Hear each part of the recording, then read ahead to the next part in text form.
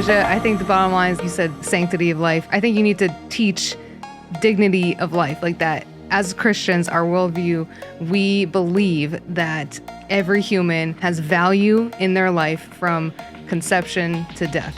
And so we don't want to end that early, because then that's showing that we're not valuing that person's life.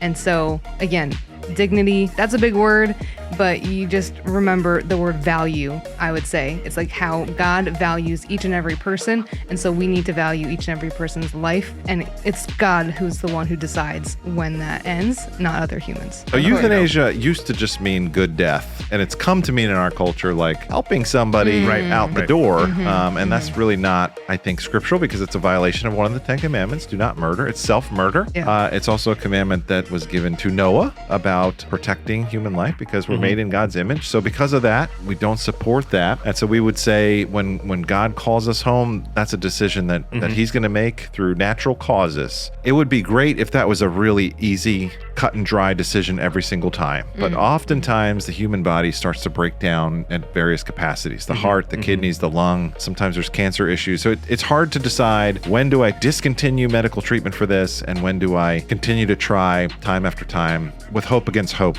to preserve my loved one's life. And there comes a time through prayer, through wise counsel, where you decide that God's calling that person home. But I think you want to leave that decision with the Lord. The Westminster Confession also does speak to that. It says that, it comments on all the 10 Commandments, but it says part of keeping the commandment about murder is to not withhold life-giving treatment when it's in your power to do so. So we want to try everything that we can, so that we can say, God, really, we've done everything that we can here, and nothing seems to be working, so we leave this matter into your hands. And that's a difficult decision. That's a decision you want to walk through with your spiritual friends, maybe the pastor in your life, maybe an elder, because that's not easy all the time.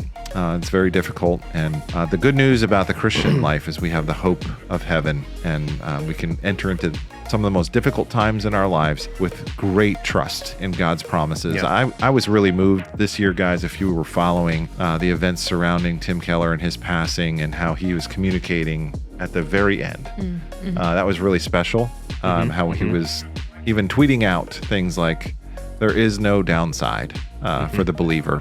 Of course, he battled pancreatic cancer, and at the end, there was nothing more that they could do. But he ended his life with great hope in God's promises. And so what a great model for all of us. Yeah, maybe another nuances I would add to is there's different scenarios, and I think you were pointing that out. So you have somebody at the end of life who maybe you're keeping them alive. If you somehow withheld this, then they would the doctors would tell you they would die. So how long do you keep somebody on a feeding tube or whatever when it seems like they're brain dead? So there's that scenario. Artificial means, so feeding tube, ventilating machine, permanent dialysis, even a machine that continues your heart. Those are unnecessarily prolonging perhaps what the natural causes that God is allowing to take place. So there's that, but then culturally speaking, there does seem to be this fascination with this kind of culture of death. So like there was a really kind of well-known movie a few years ago called Me Before You, where the guy engaged in active euthanasia at the end, basically because he didn't want to suffer anymore. Like he felt like his quality of life was lower. And this is kind of speaking to a little bit more what Rachel was getting at, that at the end of the day, we should be valuing life. Part of it's because we don't know how to suffer well in this world. We don't have good teaching on suffering. Any kind of suffering, especially in an American context, is seen as being a bad thing.